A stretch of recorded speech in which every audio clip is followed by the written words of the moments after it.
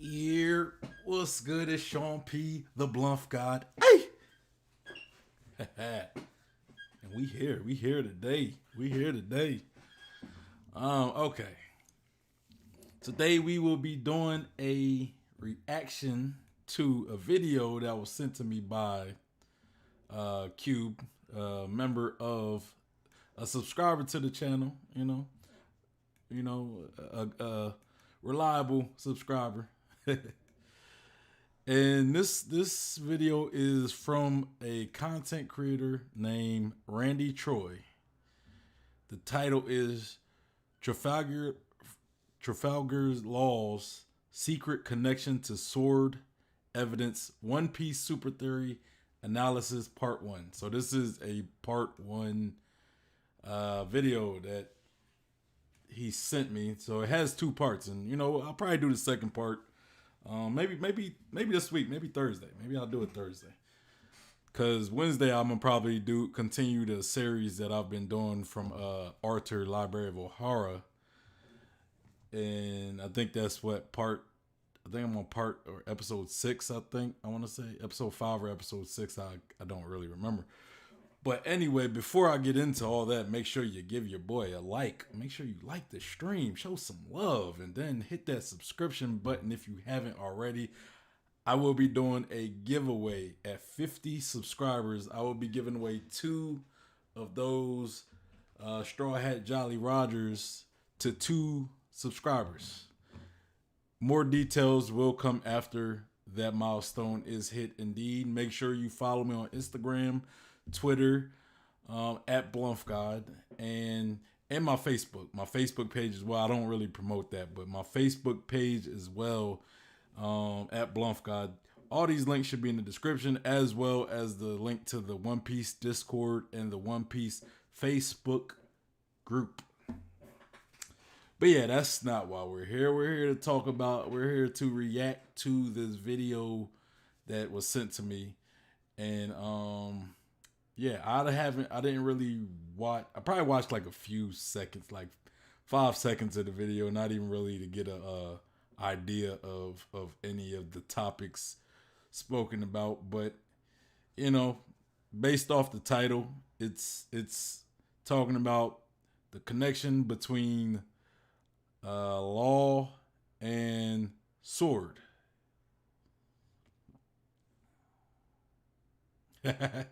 I see Shane in the comments. What up, Shane? Man, I ain't see you in a minute.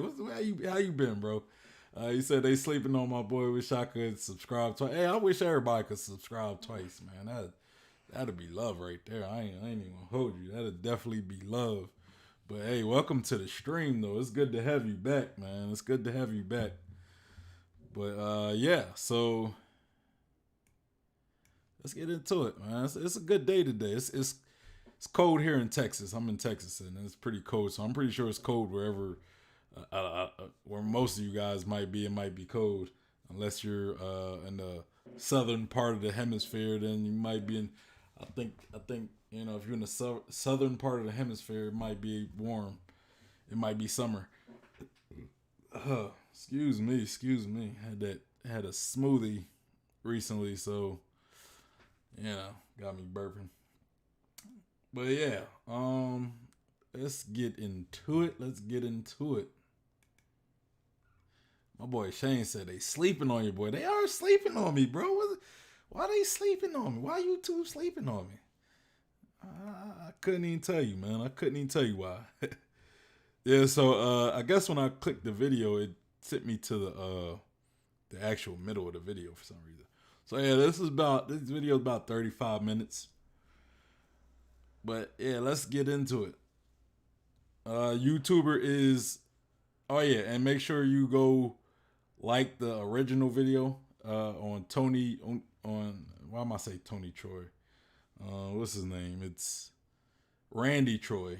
Make sure you go to Randy Troy's channel, especially if you like the by the end of this video, if you like the video, the content that I'm reacting to, make sure you go show him some love as well, and give him a like. Maybe go check out some of his other stuff, subscribe or whatever. Yeah, we here though. Oh yeah, and another thing I want to say, when I do these reaction videos, man, go comment on these reaction videos and tell them Bluff God sent you. Tell them Sean P sent you. All right. But yeah, let's go. One of the most pervasive themes in One Piece. I go as far as to say it's an obsession of Oda's. Is this idea that a man's biological father doesn't have to dictate the line that he walks. That a man is free to choose and find inspiration elsewhere. I think that's life right there. We see this as early as chapter 1 with Luffy. I think that's life right there. Nobody has to, regardless who your father or your mother is, nobody has to, everybody gets to choose the line that they walk. And Shanks. Whether he realizes it or not at the time, Luffy abandons everything Dragon, and for that matter Garp, want for him in favor of becoming a pirate, like Shanks. My question to that is, what do Dragon want for Luffy, though? Because Dragon, it's not like Dragon has tried to put Luffy on a specific course of, what type of person he wants him to be. Now, you could say that for Garp, yeah, but Dragon really hasn't really tried to put Luffy on any path. If anything, he seemed like he's fine with the path that Luffy took. I think the path that he wanted for Luffy is not to be a slave to to the world government or whatever. I think he likes the fact that Luffy, his son, is taking a more free path to, just kind of like him.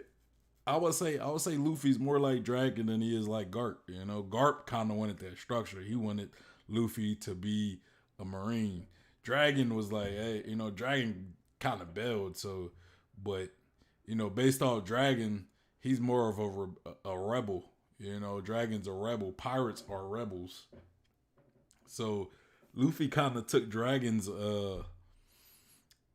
followed Dragon's footsteps and like what I'm trying to say. Now I don't know if that's what Dragon wanted for Luffy. Maybe he didn't want that for Luffy, but Luffy's definitely following more closer to Dragon's footsteps than, let's say, Garp's. But yeah, let's go. Outlook III tries to force Sabo to embrace his noble roots, which only pushes him away, leading him to align with Dragon and the Revolutionary Army. Much like Gold Roger, Ace chooses to become a pirate, but later embraces the ideals of Whitebeard, his rival. Sanji abandons everything related to the Vinsmokes in favor of Zeph's teachings. Even Chopper leaves his reindeer father behind to inherit the will of Dr. Hiraluk.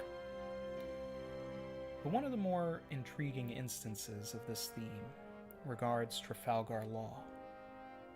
His father, Mr. Waterlaw, was a doctor, and Don Quixote Rocinante, Corazon, the man whose will Law inherited, his Shanks, if you will, was a secret marine playing pirate. When we meet Law, he is both doctor and pirate. But based on what we know of this theme, it would be wise to infer, and is my sincere belief, that Trafalgar Law is, and always has been, a secret marine playing pirate. Something, this ain't the first time I heard that the theory of Law being part of Sword, though. I think I've heard, I haven't really dove too much into the theory itself, as far as all the evidence or whatnot, but I have actually heard people, I've seen the theory, and or at least heard about it, about Law possibly being a secret member of Sword, or at least a Marine, like a secret Marine. I don't know how much I believe that. I feel as though, I guess because when you kind of look at Wano, right? I think Law was it Law that was in prison, and then X Drake helped him out, helped him pretty much like let him escape or whatever.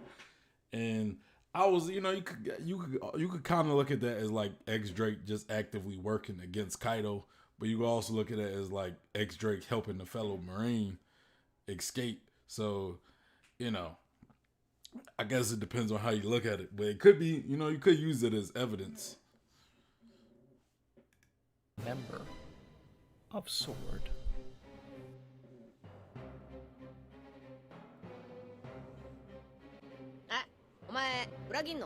Yeah. Yes, take a moment to compose yourself. Yes, I know I've just told you something that might have warped your world around. Things are starting to click. You're starting to say, oh, maybe things are starting to make sense.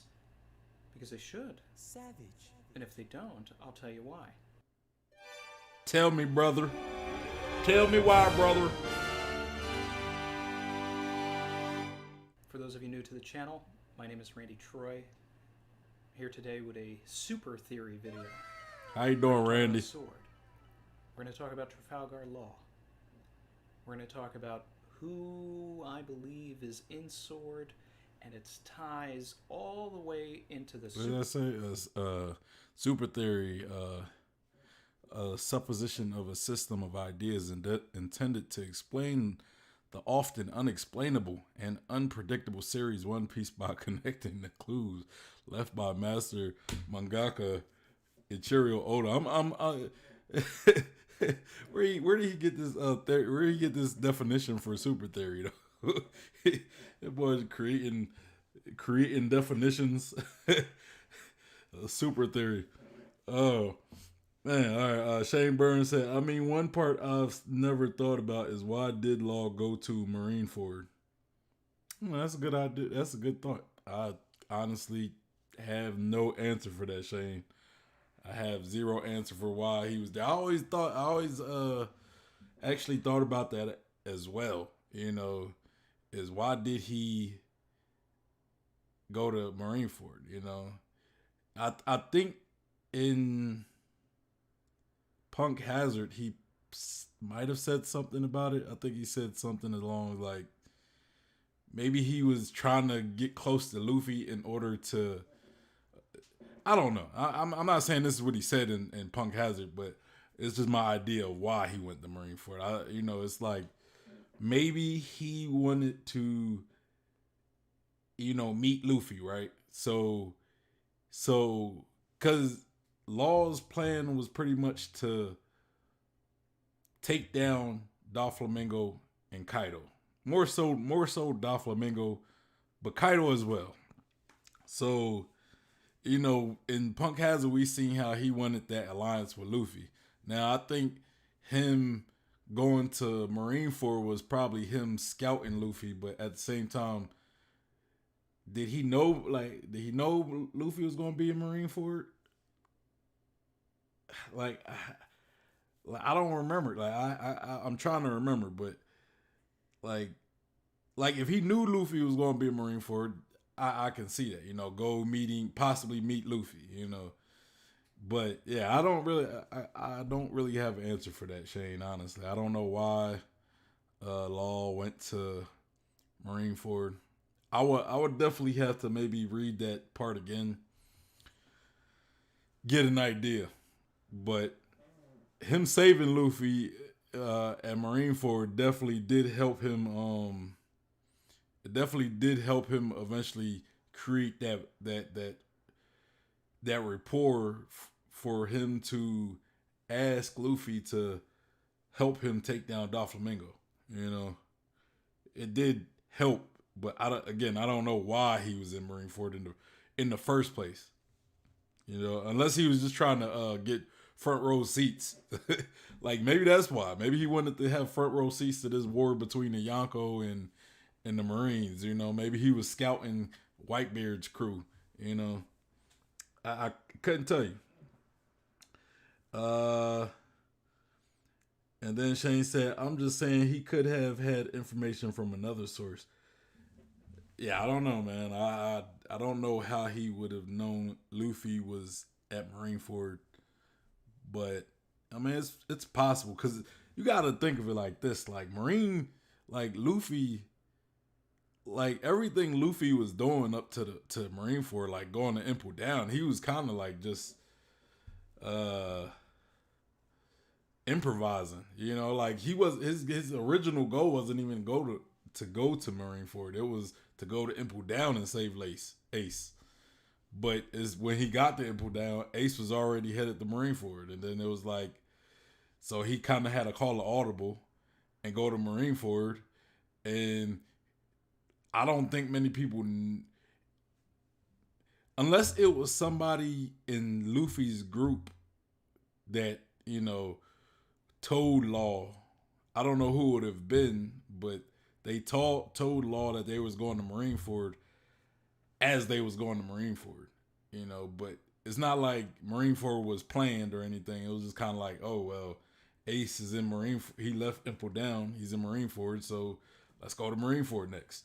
And he just happened to show up. People in Marineford wasn't expecting Luffy to be there, honestly. All right, but Cube said, "What's up? What's up, Cube? Welcome to the chat." Shane Bird said, "Yeah, me too." I guess that's according to something I was saying. He said, "Was good, Cube? Was good, Cube?" And he said, "Front row seats, hell yeah, yeah, man. Like maybe he just kind of wanted to see what's going on. Like you look at Law, like he have a submarine, he could be there without people noticing. So maybe he was just trying to see a war happen without getting in it, involving himself in it. But at the same time, when he realized Luffy was there, maybe that's when he decided to act, because he was saying, look, I could save Luffy, pretty much have Luffy owing me a favor, and then try to get him as an ally to take down Doflamingo. Q said this one is interesting. Question is how fast Law made it there. Yeah, like how fast did he make it there? And this is part of the reason why I don't think he knew Luffy was going to be there, because I feel as though he would have had to been because Luffy was near Marineford already, right? He was in Impel Down when he decided to go to Marineford.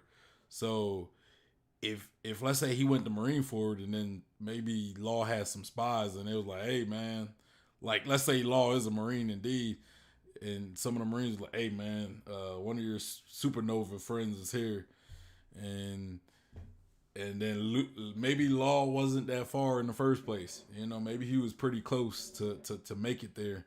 So I mean that could have been the case. But I would think he would have had to have been close if that was going to be the case. But if he was far and he just knew that the war was happening, that would have gave him more time to actually get there. And then when he got there, then he realizes Luffy is there. So I don't know. And Q said, I don't think it was a spur of the moment kind of thing. What do you think? Do you think he was trying to meet Luffy? Because my question would be like, how did he know Luffy was going to be there? Did I mean maybe he talks about it. I don't know, but yeah, like how did he knew Luffy was going there? In order enough to give him enough time to get there and meet Luffy. You said Q said it either he was curious to see the war or that he was for another reason, not Luffy. Okay, I mean I could accept that. I could accept that. Maybe him actually saving Luffy was more of a spur of the moment type of thing. It was kind of like an opportunity he took, so. But yeah, let's get to the theory. We're only 3 minutes in and I've been kind of going on. Q said, but he came for a specific reason. I don't know, man. I couldn't tell you. I couldn't tell you. I couldn't tell you. Saga that we're in right now. This is a video version of a theory that I put up on Reddit. after the release of Chapter 956, which don't introduced think us to the concept helping Luffy. of sword by name. Yeah, I can accept that. That theory went kind of viral. Wasn't expecting it to. But, you know, lots of awards, lots of comments, ended up on a bunch of different websites. So, felt inclined to do the video version. Let's talk about what we know. Okay? First, we know that an organization called SWORD exists, that it is a faction of the Marines. And we know 2 members. X-Drake and Kobe. And Kobe. We also Kobe. know that they each have a vested interest in CP0 and the ongoings of Wano. I think Aokiji is What part can we of it infer too, from though. this information? Well, we can infer that Cypherpole Aegis Zero is a secret organization within the world government that is responsible for acting out the wishes of the Celestial Dragons. Okay? The basis of my theory is that SWORD is a secret faction of the Marines that is directly opposed to the ideals of not only the world government, but the Celestial Dragons. A counterbalance. I agree with that. I agree with that, and that's kind of. I kind of got like I was watching a theory video, but like I do agree with that, and you know I forgot what video I watched that kind of talked about it, but like pretty much the idea is CP0 is like they're they're like the CIA, right? They're like an intelligence organization. Now the other CP agent, like the other CP 1 through 9, they're all part of. They work for the world government, but they also pretty much answer to the Marines as well. Now CP0 on the other hand, they only answer to the world government.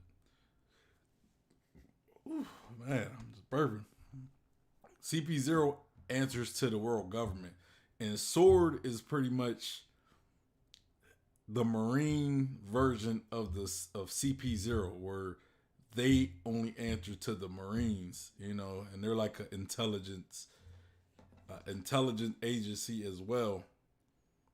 But yeah, so I definitely agree with what he's talking about, because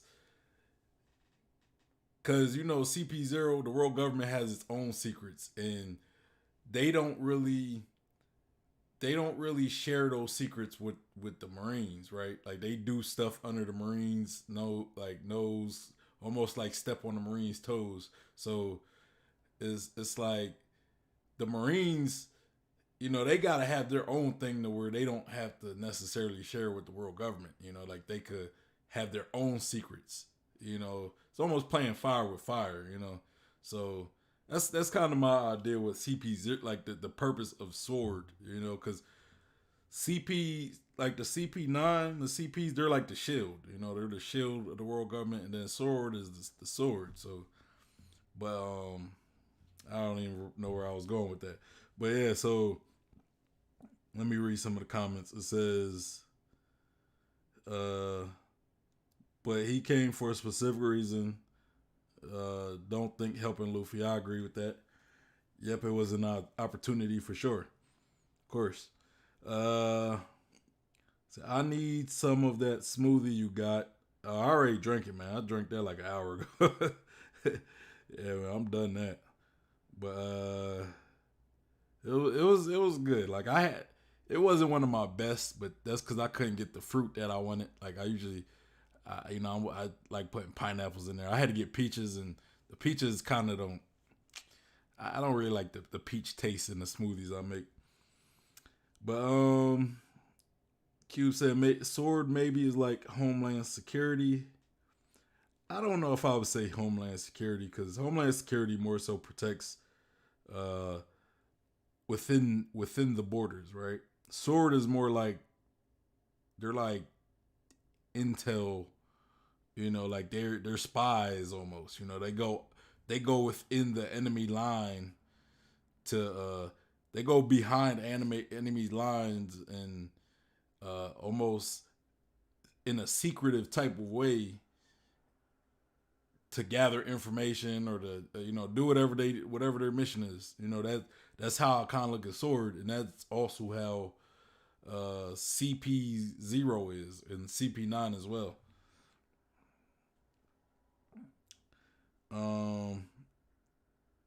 Shane says, I hope CP0 is code as the admirals. You mean like cold-blooded? I would think that's what you mean.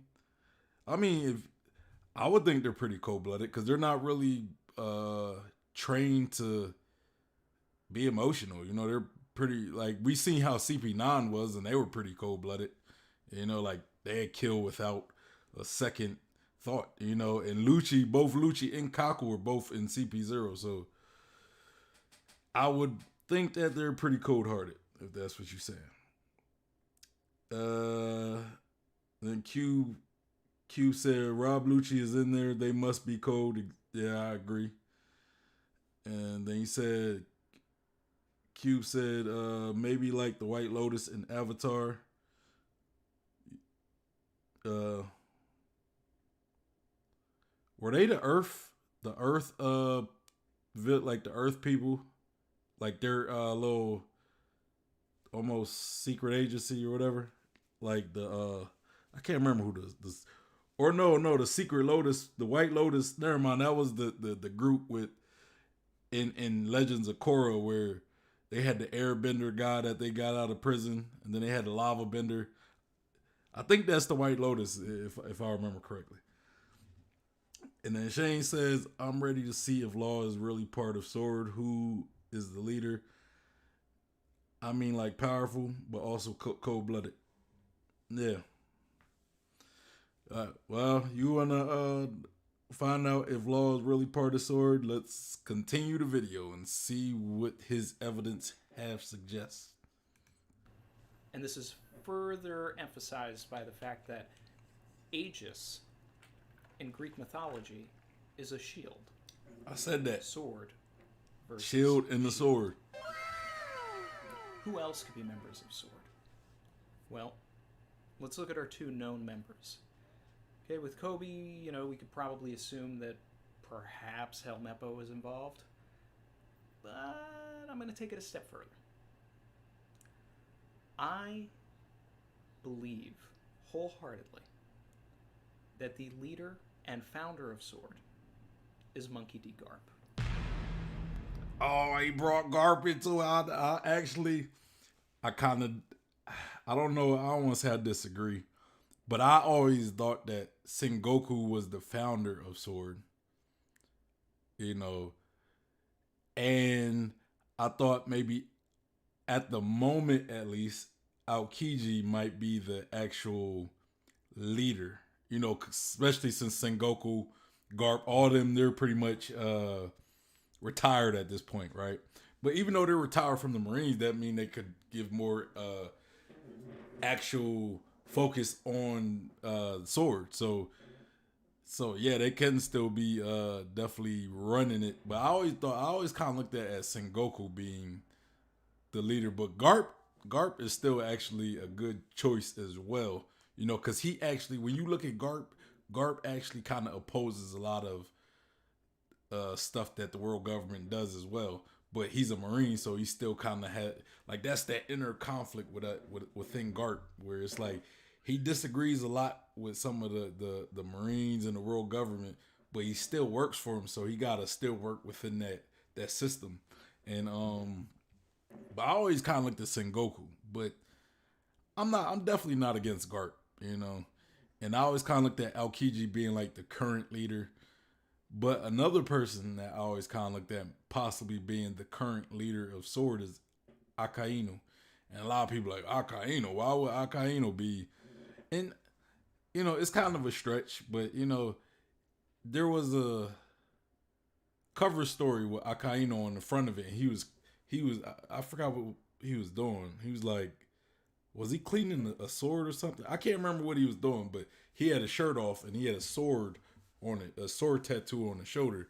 And it's like, why would he have a sword tattoo on his shoulder when Akainu doesn't even use a sword? Like Akainu has never been known to be a swordsman, or like he's not associated with swords, but he has a sword tattoo. And I mean, of course, that's not like reliable evidence, but you know, it kind of makes sense. And then when you look at Akainu and how he interacts with the Gorosei and the world government, a lot of time the world government steps on Akainu's toes. So, and he doesn't like that. So, being able to run a organization such as Sword that acts kind of like how CP0 acts, where they don't have to answer to the world, where CP0 doesn't have to answer to the Marines, Sword doesn't have to answer to the world government. So, like I can see that, being the case for Akainu personally.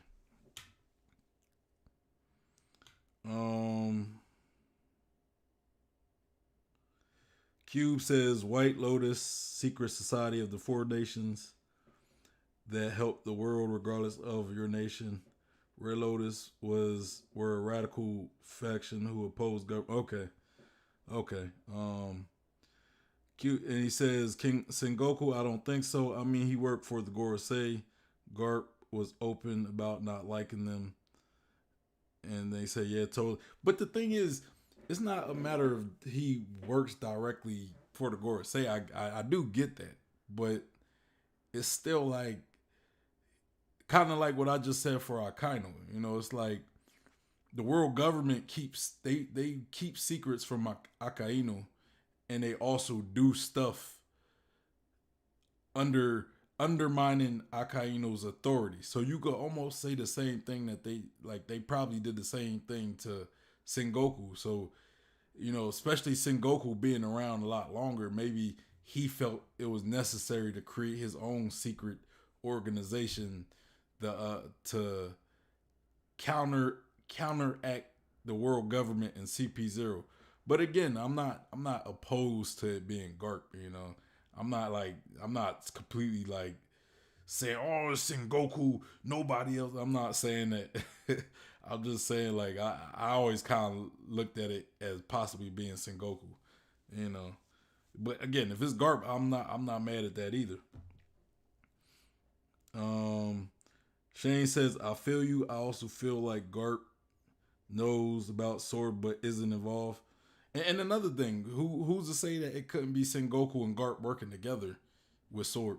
You know what I'm saying? But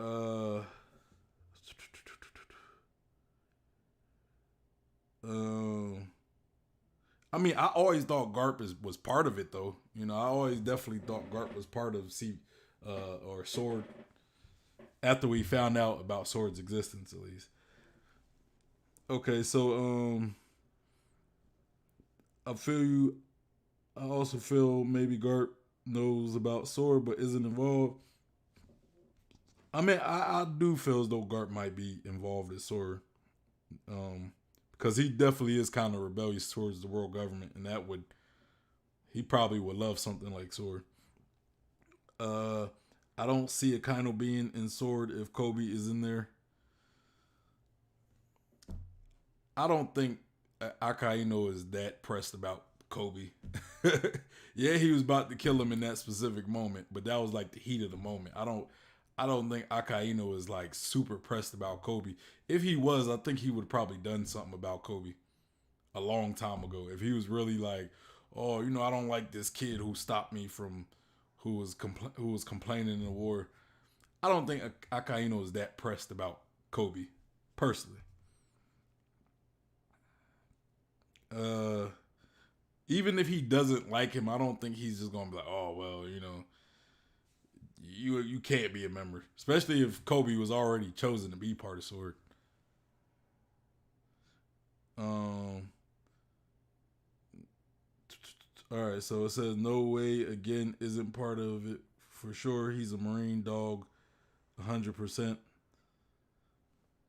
Again, talking about Akainu. Said Kobe doesn't go with his version of justice. True for Sengoku. Cube 100. And he said, Cube, let's not forget Kong. bro. I'm still waiting on something from Kong. Something. You know, we seen Kong. I think one time. Like, I don't even know what to say about Kong, honestly. But I do know what you're talking about. The former fleet admiral before his Sengoku. He said he did manage to stop Sengoku and Garp from retiring. Again,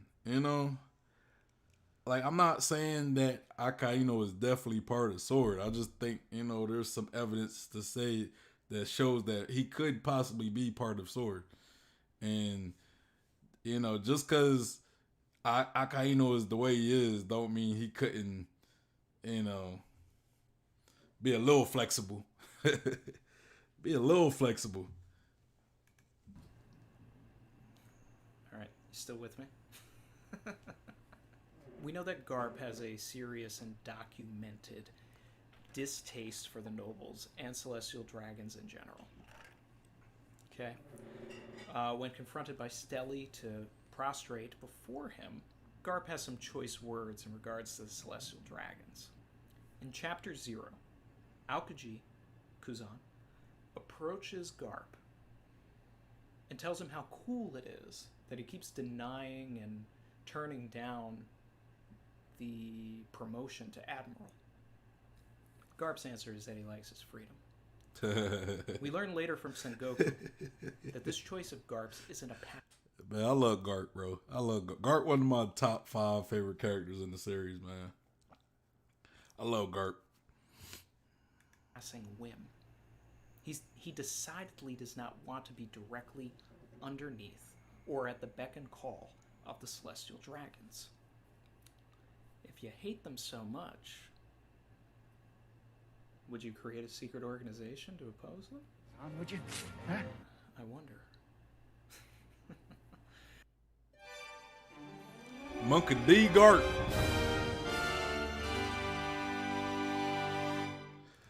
I want to say, man, like, it's a little kind of off topic. It's talking about Garp. I believe that Garp is the best character in One Piece. As far as character, if you're talking about, like, his character, I'm not talking about, like, all the others. He's the best character in One Piece. Because, like, I don't think there's any other character with as much depth as Garp. You look at Garp, he's a Marine, right? That fights for justice. That, most Marines probably believe they're fighting for. His son is a revolutionary, so his son is a criminal, pretty much. He's a rebel against. His son basically acts against the world government and the Marines. His grandson is another rebel who works exactly against the world government and the Marines. And then he also, you look at how he adopted Goldie Roger, his rival, his enemy. Like, he adopted his son and raised him, who ended up going out to be a pirate as well. So, and like in Marineford, we really see how, like, conflicted Garp is. Like, he wants to fight for the justice. He wants to fight. He works for the Marines, so he does his job. But then it's like, that's your grandson that's being executed. That's your grandson, and it's like, what do you do? Do you fulfill your duty, or do you save your grandson? And man, Garp, bro, Garp, that guy, man. I like Garp, man. I like Garp. Oh man, I'm sitting here fanboying for Garp right now. But Cube said, I get that for Kaido Flames. They said Garp is by far the most interesting. And Shane said Garp is the GOAT. Man, he's like an old Luffy, bro. Like, he's an old version of Luffy. And he was raising his grandsons to become Marines, but they instead wanted to be pirates. Man, let's continue. Let's talk about people close to Garp. The main two candidates would be Sengoku and Suru. Okay. Start with Sengoku. First, no. I don't believe Sengoku has anything to do with sword. At all. No. Yes, he had his own secret thing going on with Roshinante in the Law flashback. But as far as sword is concerned, I think that this is Garp's baby. Okay. Sengoku was the fleet admiral for years. He was way too close to Kong, the Gorosei, the Celestial Dragons, and indirectly Imu. Garp wouldn't want anybody anybody in that circle to get a whiff of what he was up to. Even people like Akainu, Kizaru, Kong, talked about it. People that believe in absolute justice, no. I do not think that they have any sort of place in sword. You know, sidebar, I know a lot of people think that Akainu has something to do with it because he's got that sword tattoo in that one cover story. No, Akainu is not a part of sword. His beliefs would directly oppose Garp's and Kobe's. Garp hates Akainu's guts because he killed Ace. And Akainu hates Kobe because he stood up to him. There's no way any of them are working together. But does he hate him, though? Does he really hate Kobe? I mean, at that moment, I see what you mean. I can see what y'all... But, like, think about it. Think about it. How many times have you been in, like, you've been in an interaction with somebody? You had an interaction with somebody, an encounter with somebody, and in that moment, you hated their guts because they did something to piss you off. But, like, when you go back a week later, a month later, months down the line, years down the line, you see him again. Like, do you always have that passionate anger towards that person? Or sometimes you might just be like, oh yeah, I almost fought you one time. But then you could just move on and go about your life. You know, some people can have the ability to move on. I mean, I get it. Like, I'm not trying to sit here and argue that Akainu is definitely a member of Sword. Because again, we don't know. We don't know nothing about Sword. So up to this point, it's all speculation. Other than the fact that you got Kobe and X Drake who are part of Sword. You know, as far as Sengoku, again, I'm not like sold. Like, I'm not like just so gun ho that Sengoku is part of it. But you know, I'm fine with being wrong about Sengoku and Akainu. Actually, I don't believe Kizaru is part of it though. I definitely don't think he's part of it. But man, I kind of have like another theory though that I might share at the end of this video, and it kind of backs up my theory that Akainu could potentially be part of Sword. But like my theory is kind of relying on Akainu being a member of Sword. But yeah. Let me look at the chats real quick. But yeah, again, I'm not like saying, oh, Akainu has to be part of the Sword because it's tattoo. No, maybe Akainu at one point was a swordsman. I don't know. Maybe that's why he got a sword. Maybe he just likes swords. I don't know.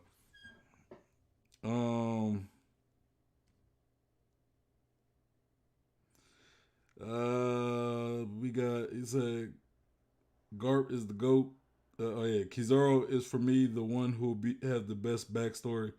Bro, Cube, I'm telling you, I got a theory about Kizaru that I'm gonna talk about at the end of this stream, but it's kind of relying on for it to be true. It's kind of relying on Akainu being part of Sword, you know, and being somewhat redeemable and good. But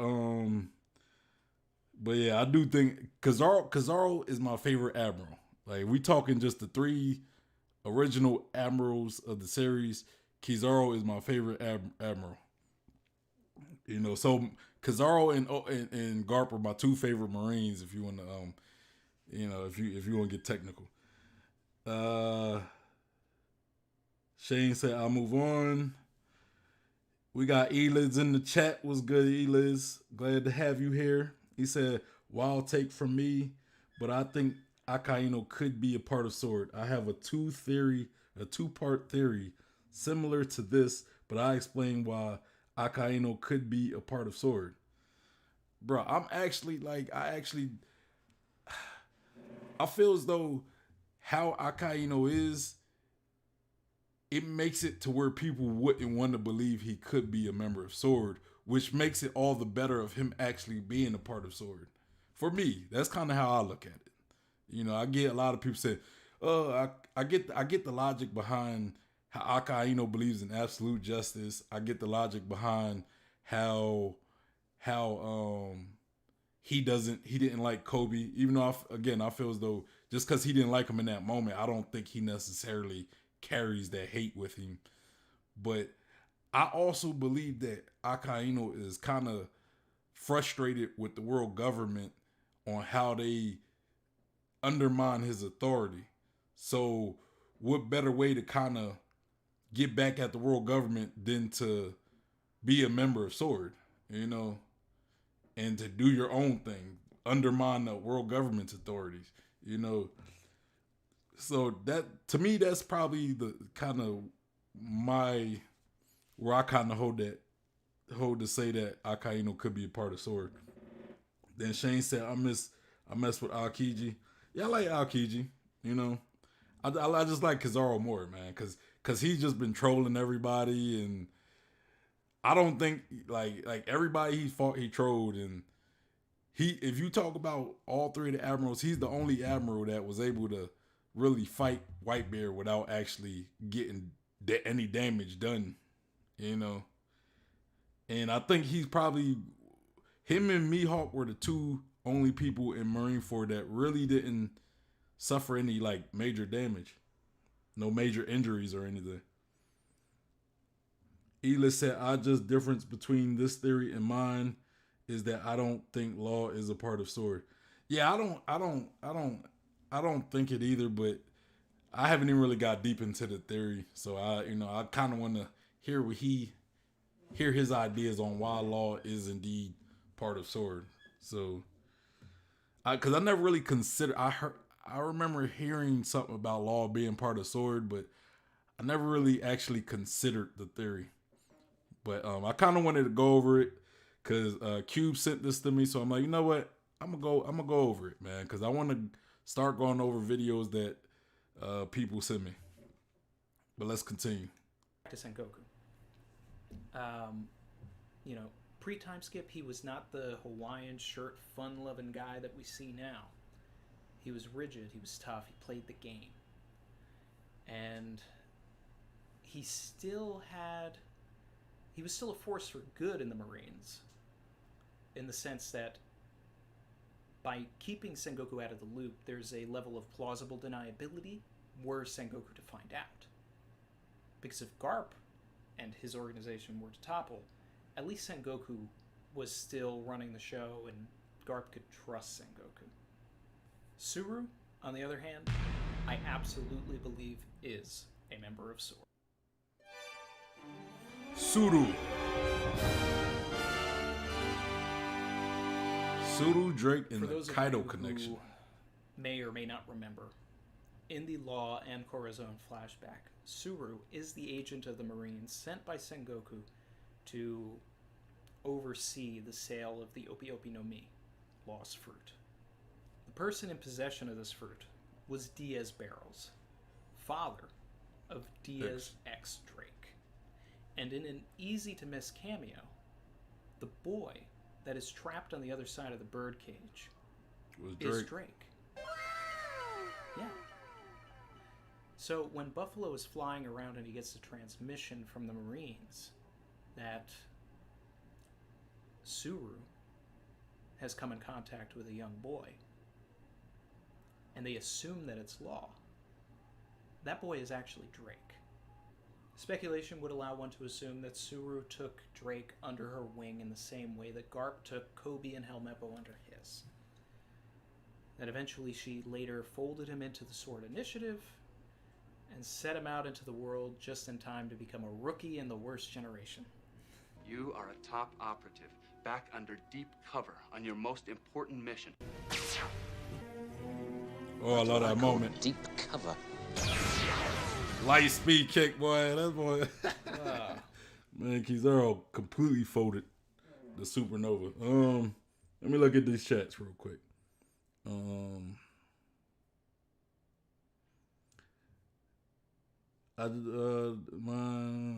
not sure if Law is a part of Sword, but I would like that. Shane said, and then Eliz said, I think Sword wants Law's help, and Law is willing to ally himself with them. Yeah, I can definitely see that. I could definitely see that. You know, I think Law probably might have known about Sword, most likely. But Shane said Eliz damn autocorrect, but called him Elizabeth. Elizabeth, I'm coming home, man. Honey. Anybody who watched Fred Sanford or Sanford and Sons. It's a little old for most people. Q said, I saw your video, Elids. Q said, 100. Yeah, let's continue. So, why was Drake's goal to infiltrate Kaido? We see very early on, right before the time skip happens, that once Drake leaves the archipelago, he basically beelines it to whatever the winter island is that Scotch is on, because he wants in on Kaido's operation. It's implied that he's aligned with Kaido by the time we see him again post-time skip in Caribou's cover story, which is also why Caribou showed up in the prison mines in Wano. Yeah. But read them cover stories, yo. Why? Well, we know that Kaido is using his prison mines and factories to create weapons, which are then being supplied and brokered by Doflamingo over the black market to support wars. Based on Kurozumi Orochi's meeting with CP0, we now know that they have an invested interest in these weapons and these wars, which also means that the Celestial Dragons have a vested interest in these wars, which means that realistically they're at the top rung of this super saga. It started with Caesar, but it all comes back to them. So it goes like this. Caesar manufactures the SAD chemical on Punk Hazard. He sends that chemical to Dressrosa, which then is filtered through the Smile factory by the Tentata. The Smile fruits get to a point where they're ripe. The Tentata and Doflamingo ship that to Wano.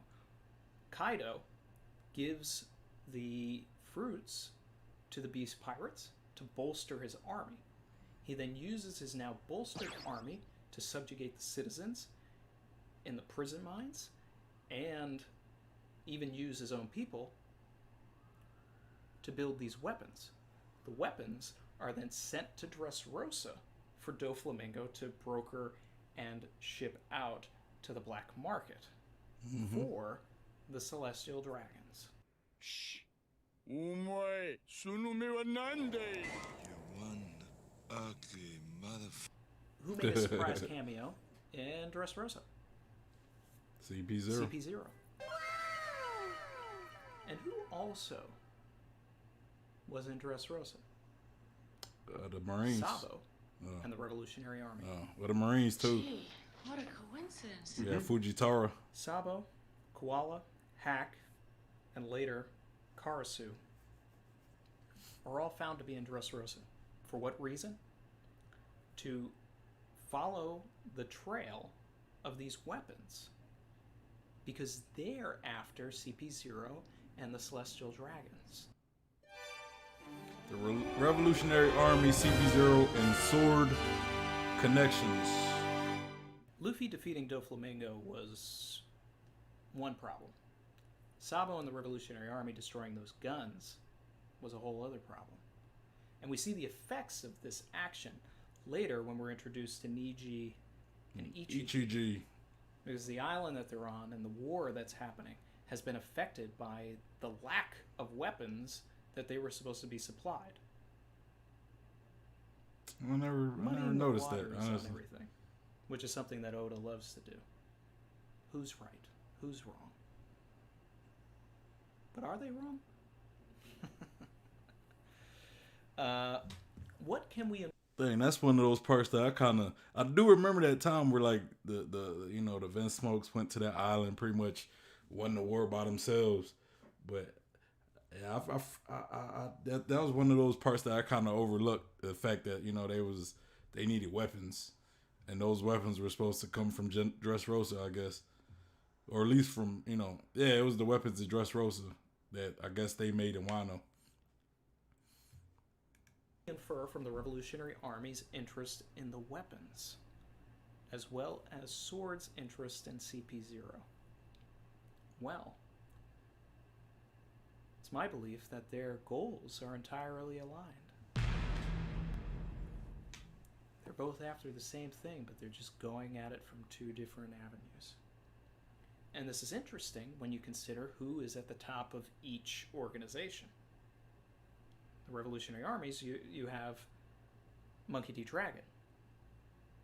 If I'm correct about Sword, at the top you have Monkey D. Garp. We just discovered that we are related from the same family. I expect at some point, in pure Oda fashion, to get a very depressing backstory that tells us the history of Garp and why he is so upset with the Celestial Dragons. Speculation territory here, but I believe that this all comes from possibly Garp's wife, Dragon's mother, Luffy's grandmother, being murdered by Celestial Dragons. Whether she was enslaved or if she was a Celestial Dragon herself, that was,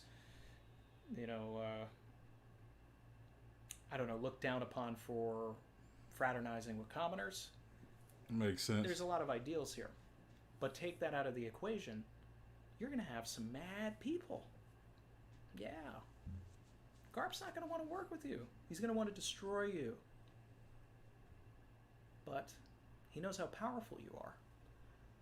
So, kind of like talking about what he says about Sword and the Revolutionary wanting the same goal.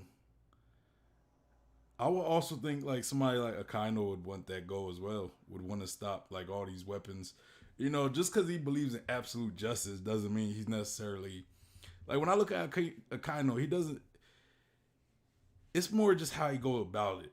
I think he still wants to do good. It's just he's willing to kill in order to get that good. You know what I'm saying? So, it kind of made me think: what if Akainu, even if he's not now, let's say he's not part of Sword now, what if he was part of Sword?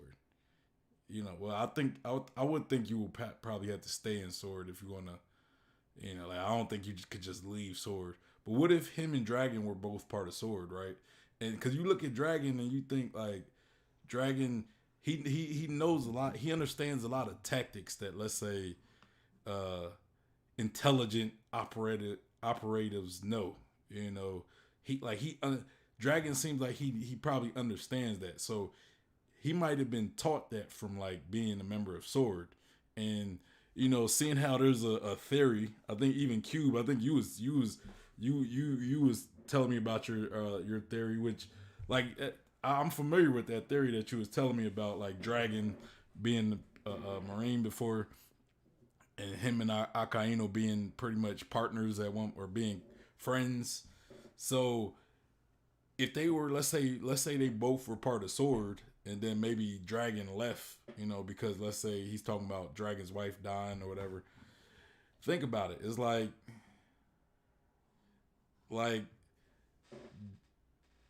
I would think Akaino's still part of Sword, and Dragon probably learned most of the stuff he learned from being part of Sword. But I don't know. That just kind of, I'm still of the belief that Akainu could still be part of Sword. Like I do believe. I don't think. I feel as though there's a reason behind that sword tattoo he have on the shoulder. If he was a samurai, or if he was like Mihawk or Zoro, or even Shanks, and he had a sword tattoo, I think it could easily be overlooked. As okay, well, they're swordsmen. But Akainu, of all people, having a sword tattoo, it's just, to me, like,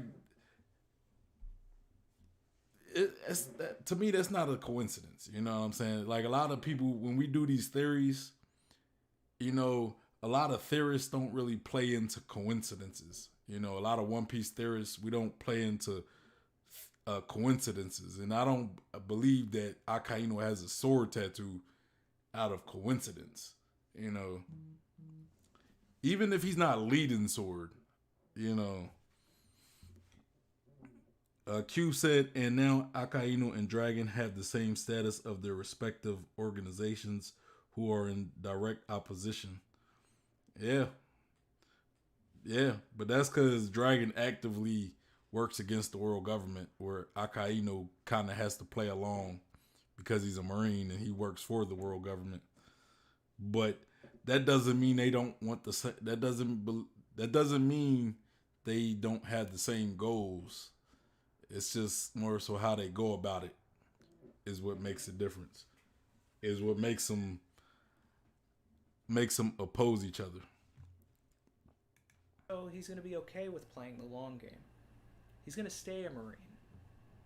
But he's going to manipulate from the shadows your downfall. Whereas Dragon would have this ideal similar to Garp's. But instead of saying, I'm going to be completely in the shadows, he's saying, if I see them, it is on sight. I'm going after them and I want them to know that I'm targeting them. They both want the same thing, but there's a clash of ideals, which would be poetic and something that Oda would surely do and has shown us that he likes to do. Trafalgar Law, intention and motivation. So that brings us to the person who has been front and center of this entire Super Saga. Trafalgar D. Waterlaw. We wouldn't be going on this long journey after Kaido if it weren't for Law. When Law meets Luffy on the archipelago, he says, "You've shown me something interesting, Straw Hats."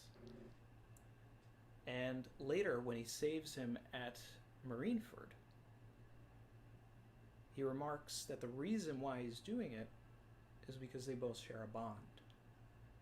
Now, naturally, one could assume that this is because they both have the middle initial D, and that he believes that the D will surely cause another storm. But I think it's further that Law feels that he needs Luffy. That as many allies as he can in this battle against the Celestial Dragons and the world government isn't a bad thing. When Luffy punches Charlos, that's the interesting thing. Oh, you've shown me that our ideals are aligned. Okay, I'm going to keep that in mind. For Law, it's personal because of what occurred in Flevens with the white lead disease and how the world government reacted to that pandemic. Quarantine. For Luffy, it's emotional because he in general has a distaste for injustices that are committed against people who didn't ask to be judged. So when Law posits that the two of them team up and take down Kaido, I believe this serves a larger goal. That with Luffy, Law feels that he can light the fire of this rebellion, that the Revolutionary Army and Sword have been waiting too long to ignite. Trafalgar Law's connection to Sword. Alright, so we're getting into meat potatoes. Well, interestingly enough, Law is connected to both X-Drake and Kobe. No way, man, no way. The very first moment that we see Law, the very first panel, he is sharing that entire page with Drake. His first line of dialogue is directed at Drake. Nothing's random in One Piece. He says, "Drake, how many people have you killed?" They know each other. They're friends. They hang out. This level of familiarity The plot thickens, as they say. They've met before this moment. And based on what we know of Law's flashback, it certainly wasn't then. Or could it have been? Could Suru have also found Law? Could Law and Drake have come up together as chore boys, like Kobe and Helmeppo did? Possibly. Detractors will remind me of the side novel that was not written by Oda that talks about Law's first 3 years of piracy following the death of Corazon. It explains how he meets Beppo, Shachi, Penguin, and gets the Polar Tang, his submarine. But ultimately, by the end of it, Law is only 16 or 17 years old. And when we meet him on the archipelago, he is a 24-year-old rookie. From ages 17 to 23, where were you, buddy? That's one of the big questions that I'm asking. Because I believe that that is prime time for him to have been learning medicine and training with a secret faction of the Marines. Alright. And, you know, for joke's sake, it's not lost on me that Law's pirate ship is a submarine. A submarine. You get it? Yeah, we get it. And his name. So, would this mean that Law's crew are also Marines as well? I mean, I guess it could be the case. I don't know.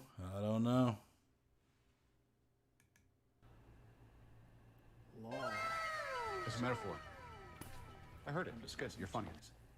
We see interactions between Drake and Law.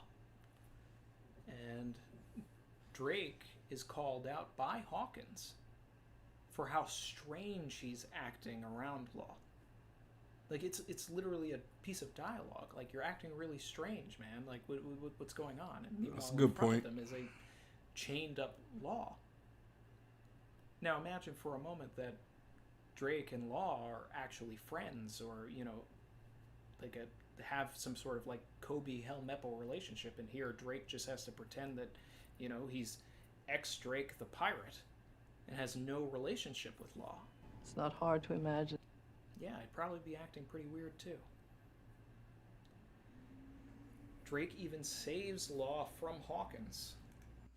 I mean, that's a good point, though. You know, like I do remember those panels where Hawkins was like, "Hey, why you acting weird?" to Drake, and I always kind of figured that maybe Drake and Law they kind of talk. You know, maybe, you know, Drake was kind of, you know, him being a spy, his goal is probably to take down Kaido as well. So I would think that maybe he was trying to use Law to pretty much help Law, or have Law help him take Kaido down as well. So, but it when you think of it, you know, because I kind of do forget about that the introduction of Law when Drake was walking past and he says, you know, it was kind of like that familiarity. It was kind of like that familiarity. I can't even say the goddamn word. But yeah, so, and now we see this, you know, we fast forwarded to Wano and it's still kind of there. So, I mean, there's some good points, you know. I still don't know if I'll say Law is a sword, but, you know, them having a connection, though, like, them having some type of relation, I think that, like, some type of relationship, I do believe that could be the case. I do believe that is there, and that could definitely be the case, that they knew each other a lot longer than, you know, meeting each other at Sabaody. You know. But, you know, you also look at the connection of when we learn about Corazon, when Corazon died and they was on that island and both ex-Drake and Law were there, you know. So, I mean, Law does have like a lot of, he does have a lot of relations. You know, he does have connections with the world government. When you look at his relationship with Corazon, who was a Marine, and then Sengoku even was talking to Law at one point about Corazon, and like there are some the connections are there. You know, I still don't know if I want to believe that Law is a Marine spy, but the connections are there though. Which leads to another interaction between Drake and Law, where Law says something to the effect of, if this is part of some grand plan of yours, then I'll go with it. And he's pissed. I mean, I'd probably be pissed too if some dude, you know, nearly blew both of your covers. But there's still that level of familiarity in the dialogue that, you know, informs their alliance. See, he says the word. I'm having trouble saying the word. When I put this on Reddit, some people thought that familiarity line of dialogue was, you know, something that defeats familiarity. Why do I have so much trouble saying that word? God damn. Oh man. Shane said even if Law isn't, he ties into it. He does, you know. And again, I don't know if he is like an official member of Sword, but he, you know, he probably was like, they probably tried to recruit him. Like, I wouldn't be shocked if the Marines didn't try to recruit him at least at one point. So, but yeah. I just like the idea of Law being a straight pirate, though. I ain't gonna lie. I like that idea. Needed the theory. No, I think it builds it. And I definitely expect a resolution to their connection by the end of the Wano arc. Okay. So now for the Kobe connection. That's what I've been waiting for! Some of you might have figured this out. This might be new information for some people. Okay. When we're reintroduced to Law post time skip, we have this chapter where Brand New, the guy who issues the bounties for everybody, is telling us, you know, he's giving us the warlord breakdown. It's when we find out that, you know, Buggy is truly a warlord. Man, hold on. Let me rewind a little bit. Trafalgar Law. Skip. I want to see the dude name. New, the guy who issues the Brand New. Man, he's the unspoken hero of the Marines. This guy right here. The man who makes the bounties, I guess. He or the guy who issues the bounties. That's the unspoken hero of the Marines. If Garp is the hero of the Marines, he's the unspoken hero of the Marines. To sit there and issue bounties for people. Shane said Law could have more than one alliance. That is definitely true. You know, he could be working with the world government. You know, because I think Sengoku probably looked out for him for a while since he was like Corazon's, you know. So again, I think there is I think there could possibly definitely be a relationship with Law and the Marines, you know, to where, you know, maybe Sengoku looks out for Law every once in a while and, you know, in lieu of Corazon, in lieu of Corazon. So, and then he says, no, I feel you, Law, 100 pirates is how I like him. 100% pirate, yeah. Yeah, you know, but again, if we do find out that Law is indeed part of Sword, you know, it wouldn't really change how I view Law, honestly. I just like him better knowing he's a pirate. The bounties for everybody is telling us, you know, he's giving us the warlord breakdown. It's when we find out that, you know, Buggy is truly a warlord and that the Surgeon of Death, Trafalgar Law, and the mastermind of the Rocky Port incident is now a warlord. When we are reintroduced to Kobe post-time skip in the Reverie, chapter 903, Kuros calls Kobe the hero of the Rocky Port incident. That's a hell of a coincidence, isn't it? Only the illusion of coincidence. When you're at this as long as I've been, you stop believing in coincidence. So, no matter what, whatever the Rocky Port incident is or was, and I do have a speculation on that, It means that Kobe and Law were in the same place at the same time. Okay, now my basic speculation for the Rocky Port I'm kind of confused how he connected the them. mastermind of the Rocky Port incident is now a warlord. Is truly a warlord, and that the Surgeon of Death, Trafalgar Law, and the mastermind of the Rocky Port incident is now a warlord. When we are reintroduced to Kobe post-time skip in the Reverie, chapter 903, Kyros calls Kobe the hero of the Rocky Port incident. That's a hell of a coincidence, isn't it? Only the illusion of coincidence.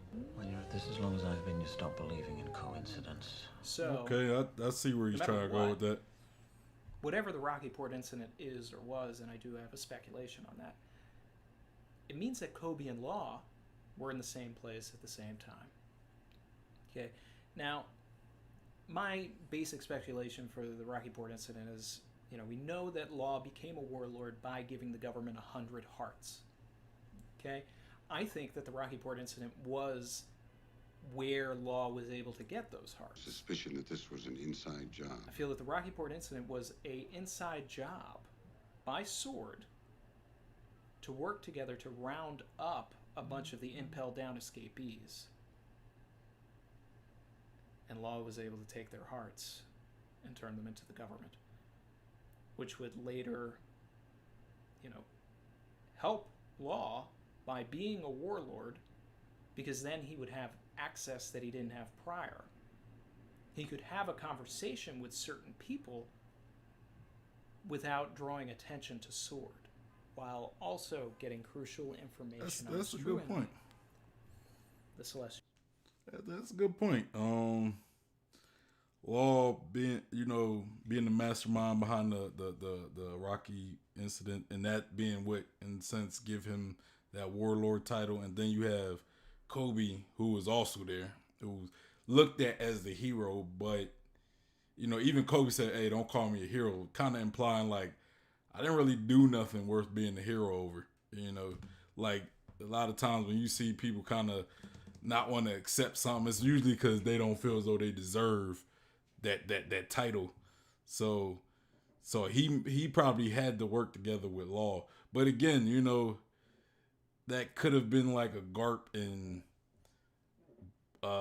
Goldie Rogers type situation where it was in God Valley, where they was working together, fighting side by side against Zebek and his crew. But yeah, so it could have been like one of those type of situations, Let me read the chats. Shane said, "I gotta head out. I'm going to watch this later." All right, man. You have a good one, Shane. Appreciate you stopping through, brother. And Cube said, "Another thing is that Law said to Luffy, 'My plan will turn the world upside down,' when proposing his plan for going after Doflamingo and Kaido. The same thing Roger said to Rayleigh. Yeah, about turning the world upside down, finding One Piece. I'm kind of confused where you're going at with that point. I get what you're saying though, but like, how are you relating that to Law being a part of Sword? I guess that's what I'm asking. But let's continue. Dragons. Kuzan, the Broken Gears, and Inherited Will. Another interesting development post-time skip is that we learn that Kuzan, Aokiji, has joined up with the Blackbeard Pirates. Yeah. I don't believe it for 1 second. Kuzan is absolutely a member of Sword. Yeah, I agree with that. And I definitely do believe that Kuzan is definitely a member of Sword. I definitely. Oh, we got Randy Troy in the comments. Hey, oh, it's an honor, man. I gotta One Piece YouTube creator in the chat. Hey, Randy Troy, I appreciate you stopping through. Say laws and is an op. But yeah, welcome to the chat, man. I'm glad you were able to, I don't know how to say this. It's an honor to see you, I guess, watch me react to your video. Which is a great video. It got me thinking a lot about things. Like I did hear this theory of Law being a member of Sword, but I never really. You're the first person I guess I watch actually break it down. But yeah, you see how I don't know. We've been in this almost over an hour. This video, it's a 30-minute video, and we've been dissecting it for almost an hour at this point. But yeah, Q said it was to show that Law might not be in Sword, but he's allied to something else. Oh, okay. But yeah, let's continue. Much like Drake having infiltrated Kaido's organization, is infiltrating Blackbeard's organization. Yeah. It's interesting that he shows up at Punk Hazard, the island where Law has been, hanging out. I'm sorry to keep stopping it, but we got Randy. Since we got Randy in chat, I have a question for you. If you're still here, I got a question for you. Since you're talking about Punk Hazard and Kuzan was at Punk Hazard, you might actually be about to talk about it right now, but just in case you don't talk about it, do you believe Smoker is part of Sword? Because I always thought he was probably another member of Sword. Like Smoker, I feel though Smoker definitely embodies, I guess what Sword, like the message of Sword or what Sword is trying to accomplish.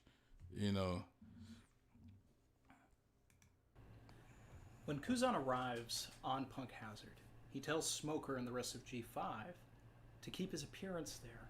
I was never here. A secret. Why? Why was he even there? What's the purpose of that? Because it's cool? No. Why was Law there? Nothing is random. I believe that he was on his way there to discuss sword-related matters with Law without getting intercepted from a snail transmission. Oh. What he found on arrival was that Law had already broken the gears.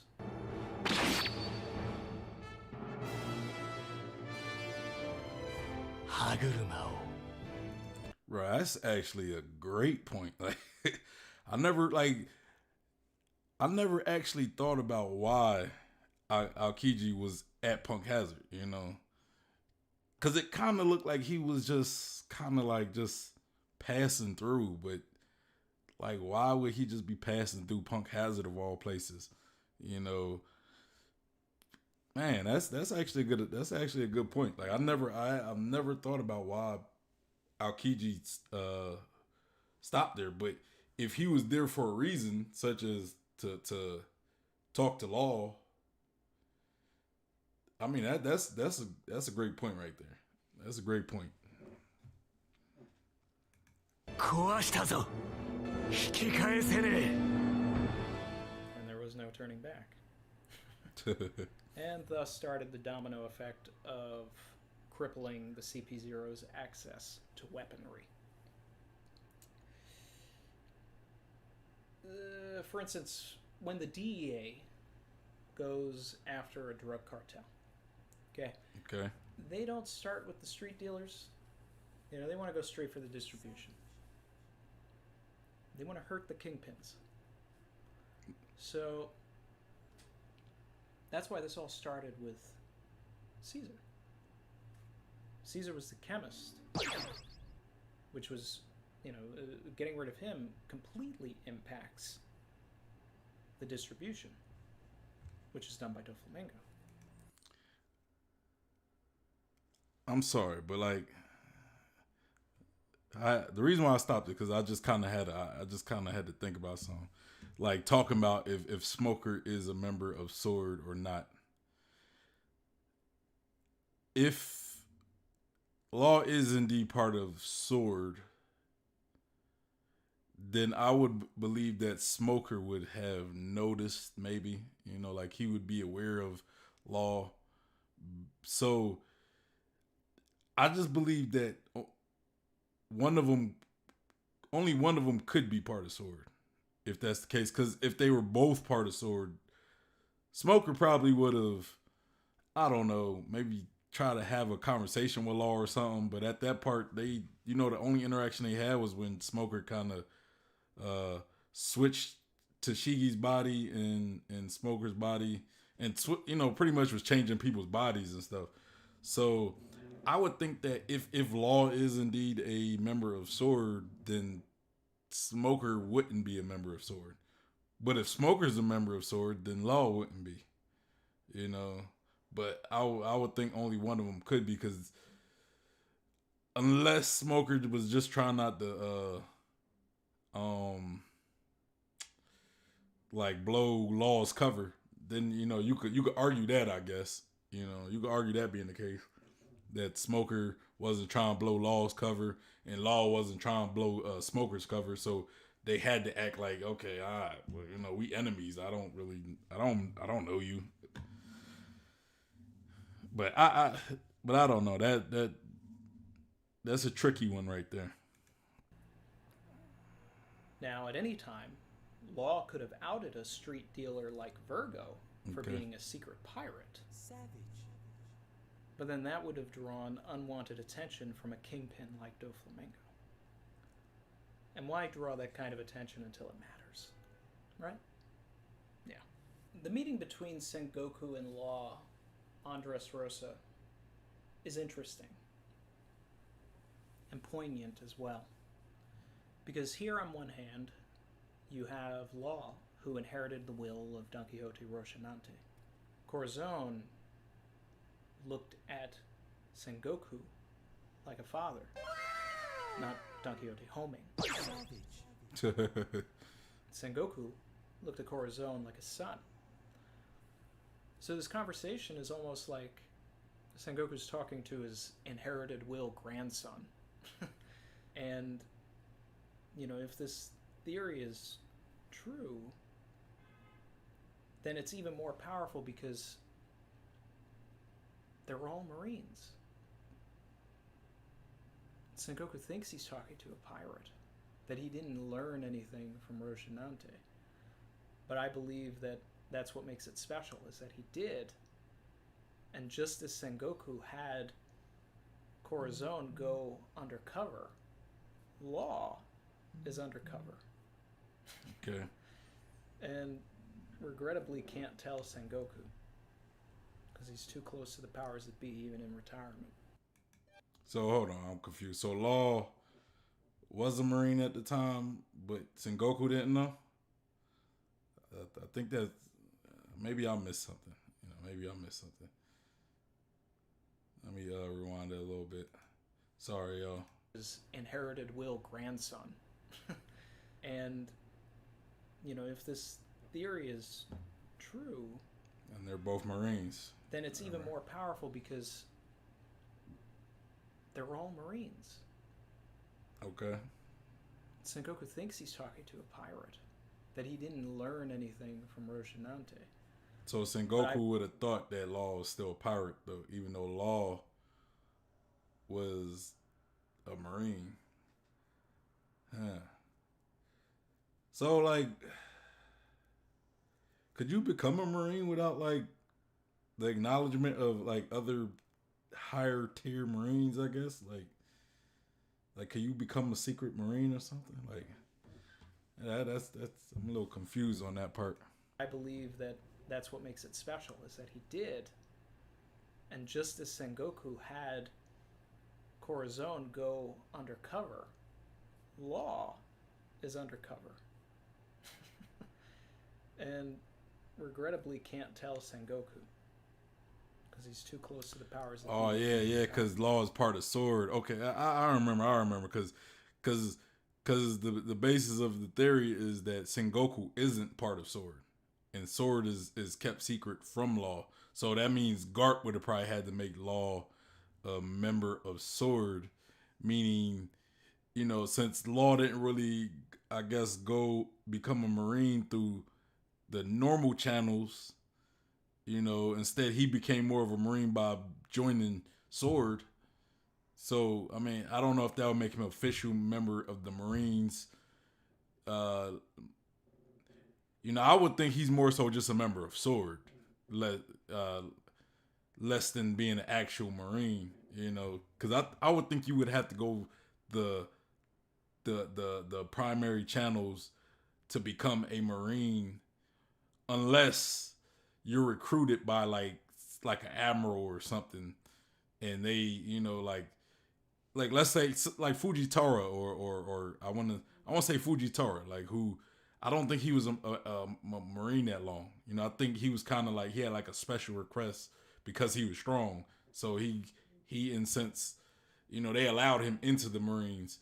But if this is the case and Law was accepted as a member of Sword, could he still technically be a Marine? Is, you know, which I would ask, you know, because just because he's a member of Sword, he's never been officially acknowledged by the Marines, the Marine organization, as a member of the Marines, you know, because Sword is secret. You know, Sword probably shouldn't even really exist if we're getting technical.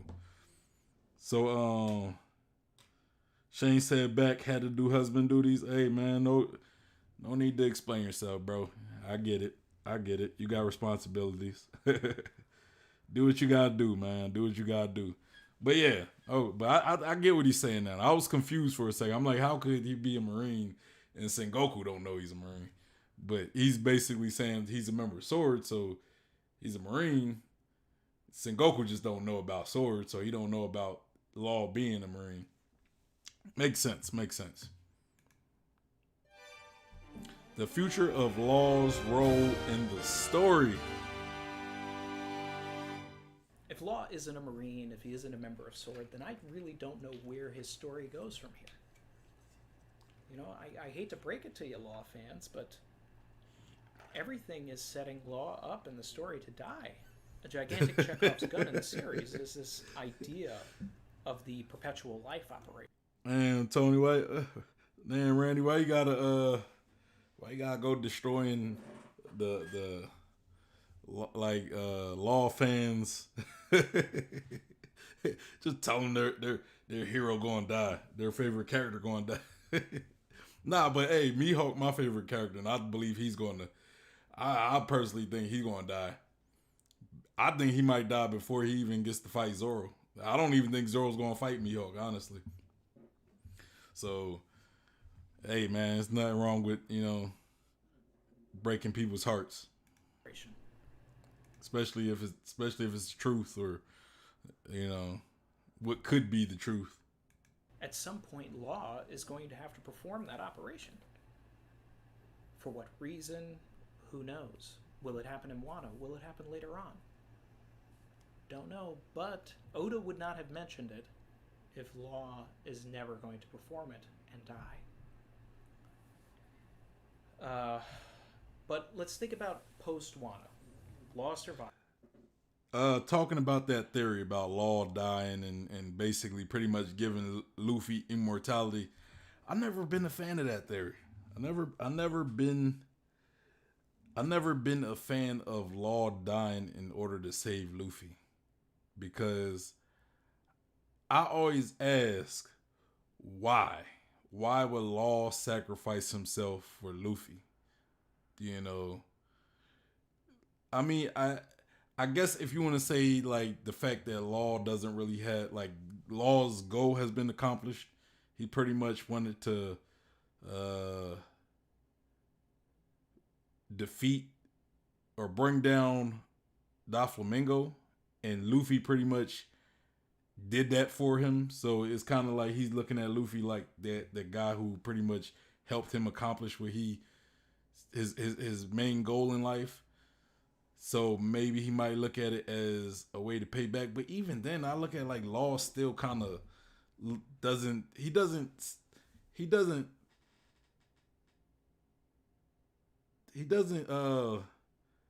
strike me for the type of person who would just sacrifice himself for Luffy of all people. Like maybe for his crew or something.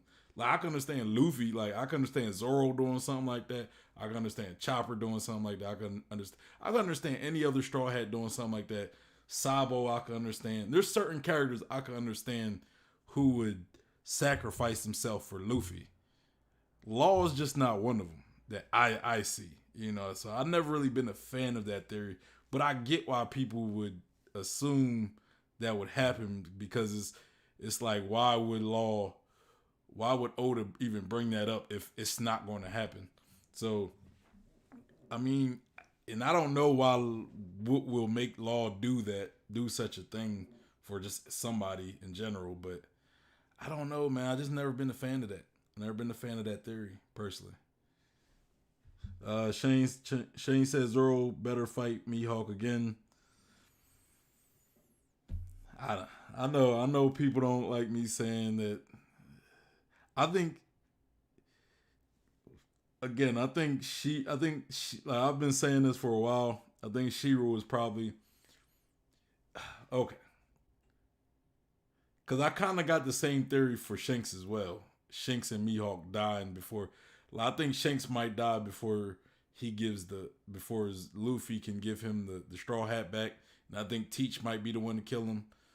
So, and I also say I think Shiro might kill Mihawk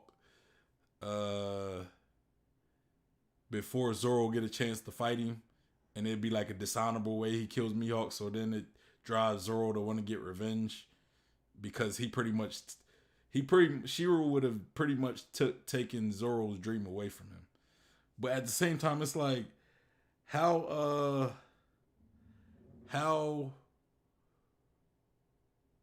like if Shanks and Mihawk both died that way, it would kind of be repetitive, I guess. So maybe only one of them will die, and I could see that possibly being more on like Shanks. Well, I think Shanks dying before Luffy gives him that straw hat back will mean more for the story than Mihawk dying before Zoro could fight him. So I think if only one of them is going to die out of Shanks and Mihawk, it's most likely probably going to be Shanks. Probably going to confront Mihawk, or not Mihawk, going to confront Blackbeard. Shane says Randy came through. Damn, I miss everything. Yeah, he came by. He came by. Commented. He came by, did a quick comment.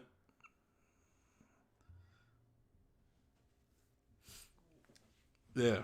But yeah, so yeah, let's continue. Where do we go? He's not going to join the Grand Fleet. He's not going to join the crew. And he's way too popular of a character to just say, "See you guys. I'm going back to my planet." I have to go now. My planet needs me. He's a rival of Luffy's, but not because they're both pirates. Because one of them is a Marine. His whole story has a breath of new life if he is a secret Marine, because then he can try to pursue Luffy, to betray him. But that's where this conflict will come,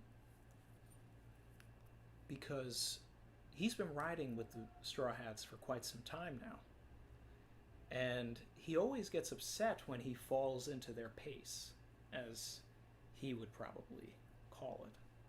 He gets disgusted whenever they're acting jolly, and you know, there's that moment where he says, "I hate bread," and he like catches himself like, "Oh, what am I doing? Like I'm turning into one of them." Every time Luffy does something good, there's like this disgust that Law has.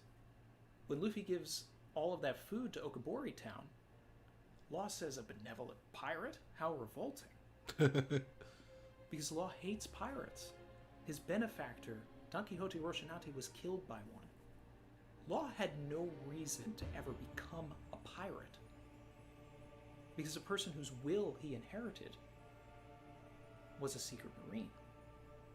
But in the same way that Corazon taught Law that there can be good marines, Luffy is doing the same by teaching him that there can be good pirates as well. Bars. And that's where the true meat of this twist, this reveal, this complication of the story will come. Because it'll be his duty to take down Luffy, but he's not going to want to.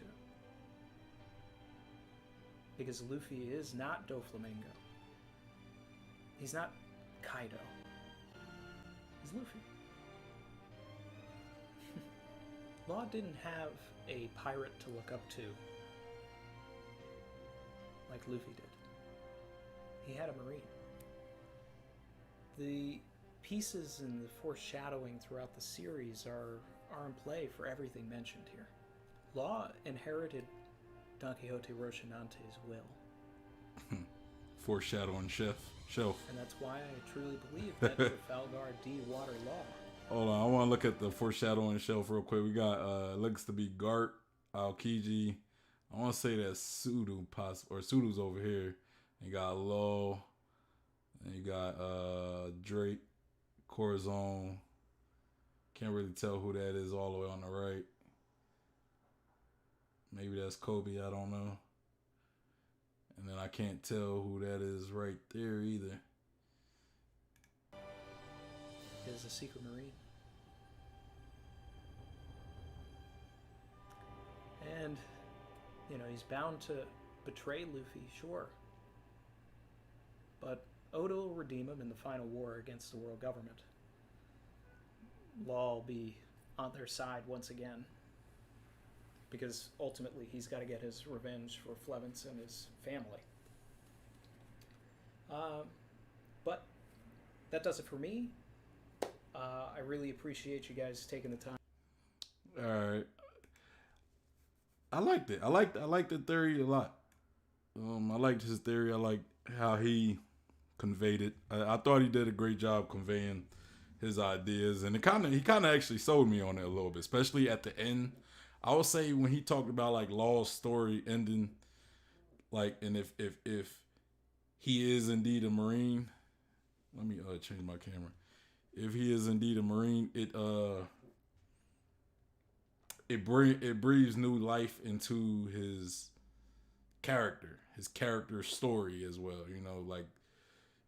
And it makes sense like that the person he looked up to was a Marine, because Corazon pretty much taught Law that not all Marines are bad Marines, and Luffy's teaching Law not all pirates are bad pirates. So that makes a lot of sense, and that I think more than anything, I want to say the end of his last few points, like his last points, are what kind of actually sold me a little bit to Law actually possibly being a Marine. But yeah, we're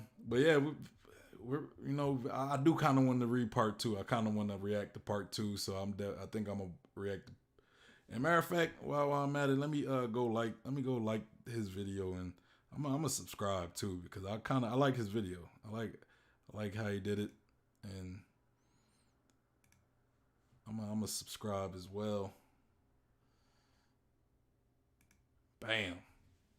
Make sure y'all go like his video and go if you maybe go watch a few of his videos and possibly subscribe, but definitely go at least like the video, at least go like his video. I thought it was well done. If you like this stream, please go like his video. Q said it was a quick hello. Yeah, it was. He just stopped by. Gave a quick hello. That's what's up though. That's what's up. He said, I knew you liked this video. Law is more than a regular pirate. I mean, it kind of sold me on it a little bit. It kind of sold me on it. So, you know, I would definitely have to check out the second part. It might actually sell me a little more. But as far as the Kaido part, I do believe Kaido might still be part of Sword. I just do. I do, you know. But I kind of want to tell y'all my theory, you know. And this is kind of dependent on Akainu actually being part of Sword. You know, as y'all heard me say, I talked about Kizaru being my favorite Marine. You know, him and Garp. I would probably say Kizaru is probably my favorite, but Garp is like definitely my second favorite. Because Kizaru is like my second favorite character in general. Where I think Garp is like my fourth favorite character. You know, like after Katakuri. But yeah, I might have to do a stream where I just talk about like, you know, my like get like a top 10 or 20 of my favorite characters or something. I don't know. But yeah, so okay, my thing is Akainu is part of let me read the chat before I go into my cause I see y'all chats coming in and I want to make sure I read them. All right, so Shane says Law is more than a regular pirate, or not. That's what Cube said. Yeah. Shane said Law is as important as Luffy. Also, when you going to make your own. What you mean my own?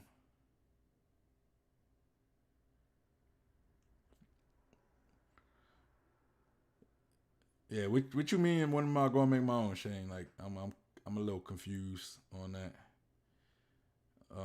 But yeah, so yeah, I always kind of looked at Law and Kid kind of like Shiki and Whitebeard.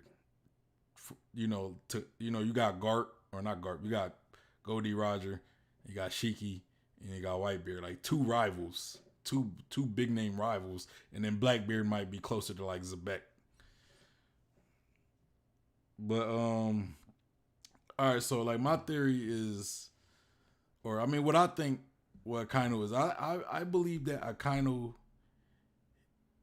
could be revealed to be part of Sword, right? And if that's the case, he might have a kind of a side switch at the end. Like, I mean, and my only, I guess, counter to my whole theory is I feel as though Luffy has to get his revenge for Ace. Luffy has to get his revenge for Ace, and if I kind of end up like going to the good guy side, then it just will kind of kill that whole revenge thing. If he end up working with Luffy, like, you know, it's like, you know, I don't like you. Why are you joining us? Like, that's Luffy. Like, I don't like you. Why are you fighting alongside of us? Like, go somewhere. But let's say Akainu kind of has a change of heart, and he kind of end up fighting in the battle against the world government. Because I kind of believe that there's going to be the members of the Marines that are going to almost act against the world government, and then there's going to be the members of the world government that's going to still fight with the world government, right? And I think Sword is probably going to spearhead the Marines that go against the world government, right? And let's say Akainu indeed is part of Sword. One thing I believe, and I know a lot of people don't believe this, you know, because a lot of people like to kind of downplay Kizaru because he wasn't in that fight. He wasn't trying to be an admiral.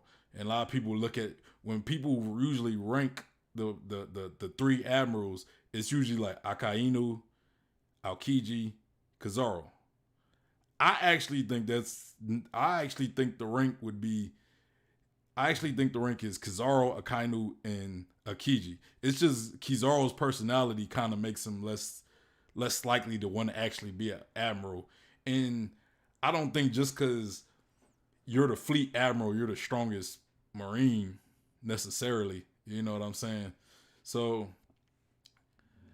I think Akainu might actually kind of betray the world government and that's going to leave Kizaru, right? Kizaru is probably going to be like that one guy who's like, he's the sleeper guy. He's the guy that nobody really expected to be as strong as he is.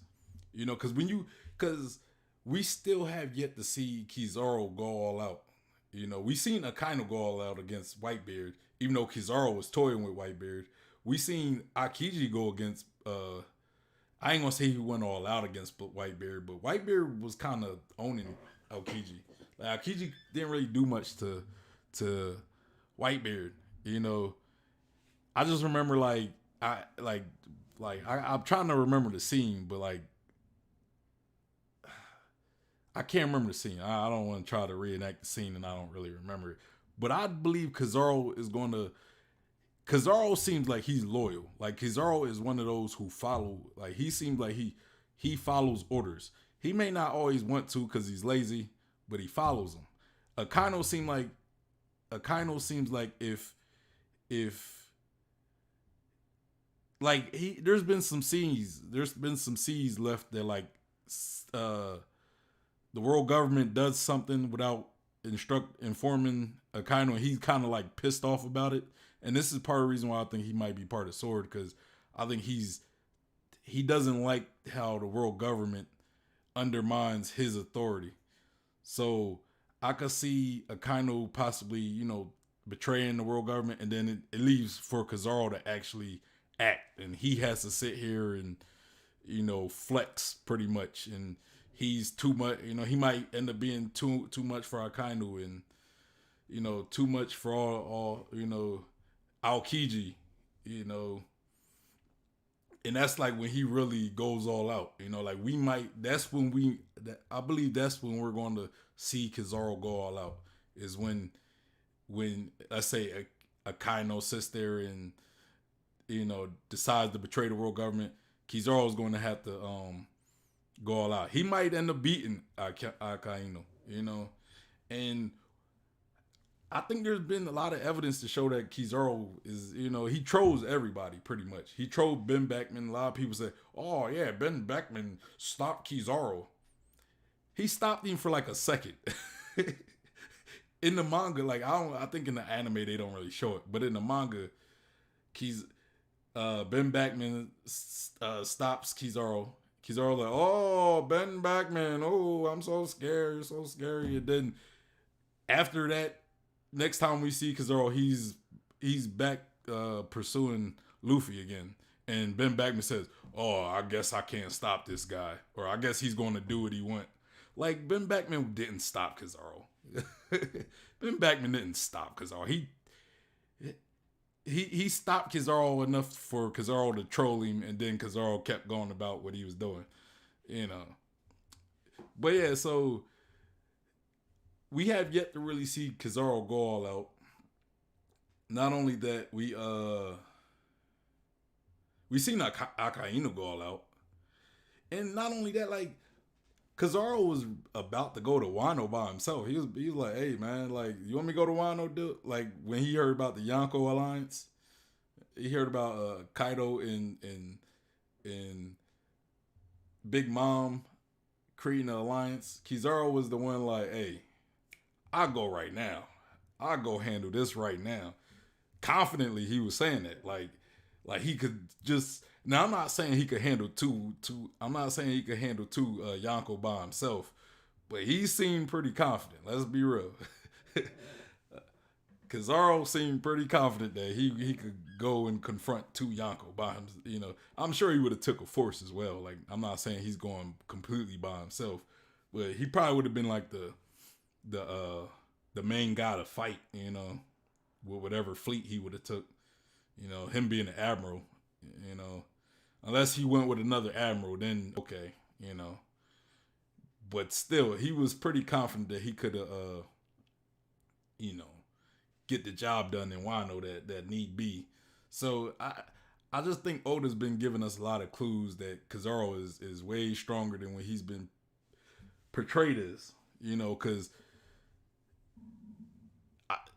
I mean, Kizaru has yet to really go out in the fight. Go all out in the fight, you know. I mean, he didn't go all out with Rayleigh, but Rayleigh at the same time, I don't believe Rayleigh was going fully all out against Kizaru as well, but Kizaru wasn't going all out either. You know, Kizaru's focus wasn't even on Rayleigh. He was trying to complete the mission. You know, yeah, that's pretty much for that. I think Kizaru is going to be like that guy who he's like you know how in a story where you have the main villain who seems to be the strongest, like he's always projected as being the strongest, but then come to find out his right hand man or his advisor or something was the real guy manipulating everybody, and he's really the strongest person. You know, like those type of stories, or when you look at it's kind of not the best example, but kind of like when you look at when we first learned about like in Dragon Ball Super. If anybody follows, I don't really follow Dragon Ball Super too often, but we got what's the god of destruction? I forget his name. The cat. Beerus. We had Beerus, right? And when he was introduced, he looked like, okay, like he's the most powerful guy there, right? But then later we find out that Wiz is actually stronger than Beerus. like Wiz is stronger than Beerus. But before then, people thought Beerus was, before it was like revealed that Wiz is actually stronger, people thought Beerus was the strongest. Let me look at these comments. Q said if Akaino doesn't die for Ace death, the fandom will unlock their Conqueror's Haki out of rage. Yeah, and that's kind of the one hole in my theory, is the fact that it's still Akaino, and it's like he can't just all of a sudden turn into a good guy. After he killed Ace, he can't just turn into a good guy. So, but just because he doesn't turn into a good guy doesn't mean he still can't betray the world government. It's just he just would never probably be an ally of Luffy's at that point. And then Cube said, I won't say he's the strongest, but I wouldn't be shocked that Kizaru is the strongest admiral. He's just too smooth. Well, I didn't say strongest character in general. I was comparing him with those three admirals, with Akainu and Akiji and him. You know, I was saying a lot of people believe he's the weakest, but I would make the argument that he is the strongest of the admirals. You know, that's pretty much what I was saying. I don't mean strongest character in general. I'm just, you know, because we still got Eam. You know, he might be the strongest character. You know, Blackbeard might be stronger than, you know, in the series, Blackbeard might be stronger than the admirals. Maybe, I don't know. Cube said Beerus. Yeah, that's what I was thinking. And Shane said he said admiral. Yeah, I mean, he missed it. That's cool. But yeah, so he said, yeah, I got that. Kizaru could be the strongest admiral, bro. Like, come on, man. Light is one of the most OP abilities. Like I feel as though Oda kind of had to give Kizaru a personality flaw in order to nerf Kizaru. He had to make Kizaru kind of like a slow acting person. Like, he's real slow. Oh, Ben Bergman. Oh, like how he acts like he been drinking lean or something. But like, yeah, Kizaru acts real slow. Like, he thinks slow. Even though he got this devil fruit that's the complete opposite of who he is as a person. But I think Oda had to give him that personality in order not to nerf him. You know, but I believe when Kizaru finds it necessary to go all out, I don't know many people who's going to be able to beat him. Like, I think people who have like devil fruits that counter Kizaru, like, they might be able to beat him because they counter his ability. Somebody like Blackbeard who has darkness, you know, like a black hole. You know, I'm not saying Blackbeard could create a black hole, but like black holes can pretty much absorb light, right? So light in an instance could be defeated by darkness, and probably Fujitaro who has gravity. You know, gravity can affect light. You know, so but those two kind of have just the perfect counter to his devil fruit. Kind of like how Luffy had the perfect counter to Enel's devil fruit. But Enel at that point was stronger than Luffy. He defeated Zoro, he defeated Sanji easily. You know what I'm saying? And at that point, I would say Zoro and Sanji was pretty close to Luffy in terms of strength, but Enel was able to defeat them easily. Like they had no answer to his electric abilities. Luffy had the perfect counter to that though.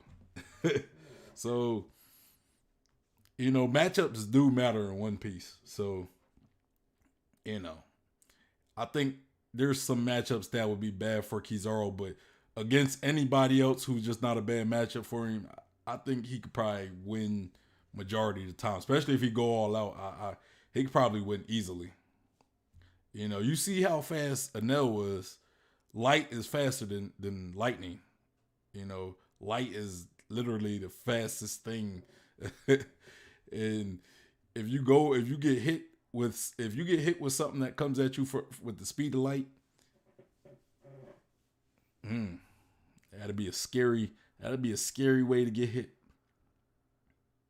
That's kind of like if anybody familiar with DC, right? You got Superman, you got Batman, you got Flash, right? Flash runs faster than the speed of light.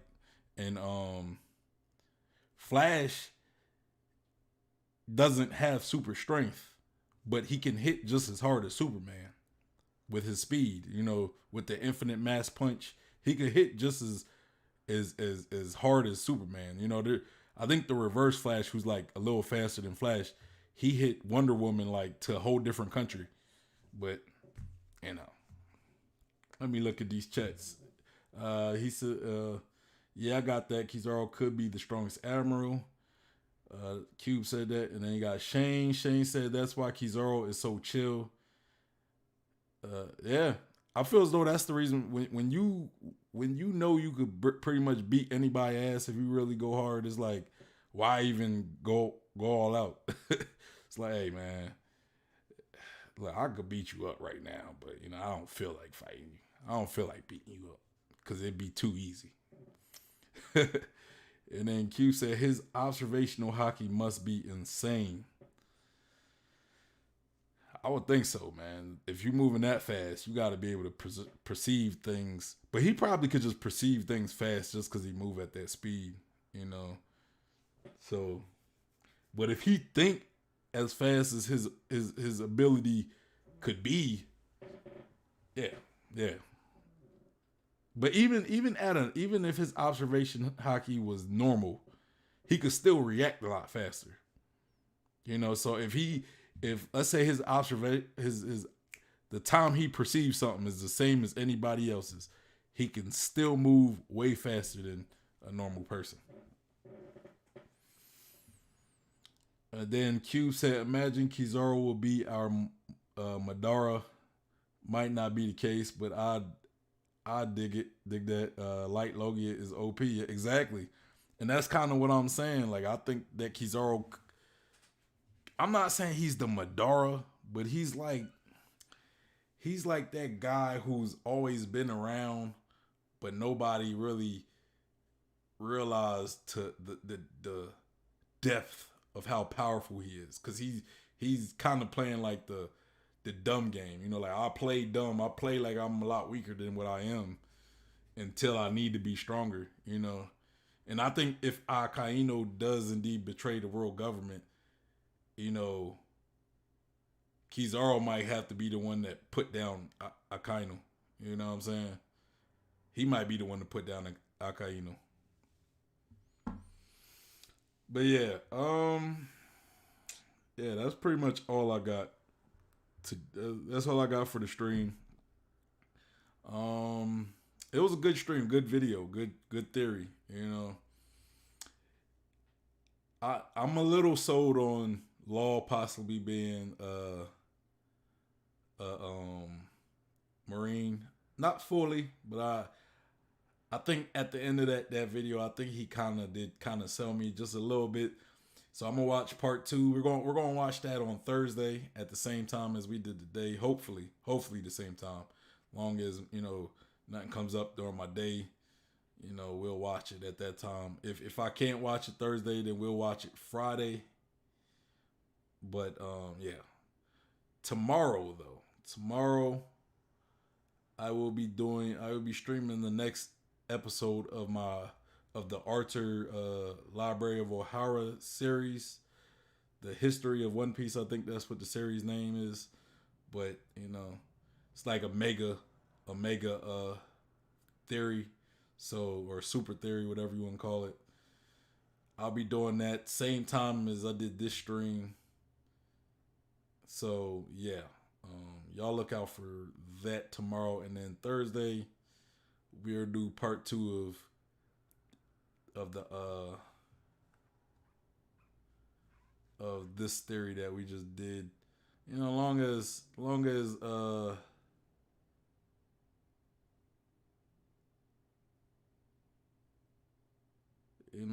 Randy doesn't, have any gripes, like, hey bro, don't be reacting to my stuff.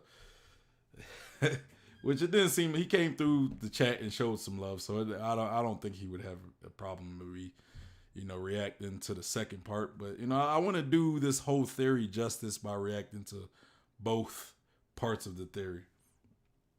But yeah, you guys make sure you get this stream a big thumbs up. Go to his channel.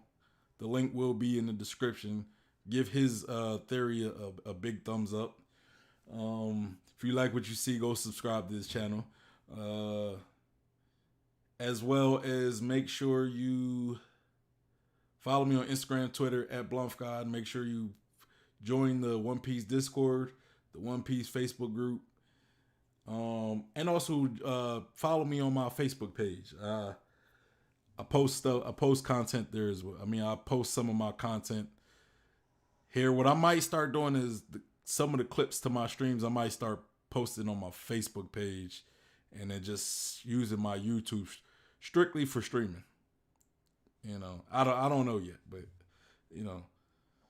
but yeah, my Facebook page, my Facebook page and my Twitter are the best things to follow me on in order for me to know when I'm posting. So if you want to know when I'm gonna post, I definitely usually post that on Twitter and on my Facebook. So yeah, I'm gonna read these last few chats and I'm going to shut this down.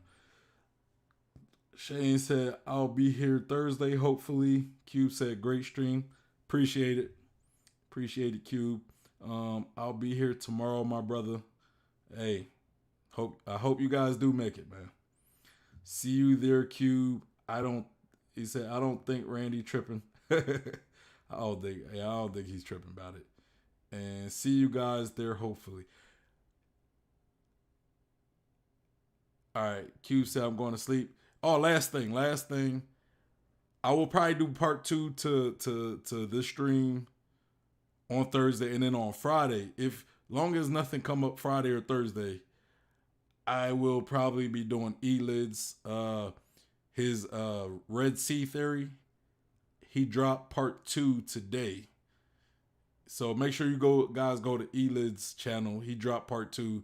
Go check out the video. I'm gonna probably react to it probably Friday or Saturday, and then I'm gonna react to the second part to this one either Thursday or Friday. Long as nothing happens, I'll probably do both those reactions this week, and then we got a chapter Sunday, so we're getting a Sunday stream. Appreciate Appreciate Shane Burns for stopping through and chatting. You know, haven't seen Shane in a while. Appreciate Cube. You know, Cube's been definitely a regular here. Appreciate you stopping through, bro. And I also appreciate hold on, I'm having a brain fart. I also appreciate Randy. Yeah, I also appreciate Randy Troy for stopping through and you know, saying what's up. Anyway, you guys, y'all have a good night. Hopefully I'll see you guys tomorrow, Thursday, Friday, or whatever. Y'all have a good one. I'm out. Oh, hold on. You know, I gotta give I gotta do this proper. It's your boy Sean P. the Blunt God. Hey! And I'm out of here. Y'all have a good night. Peace.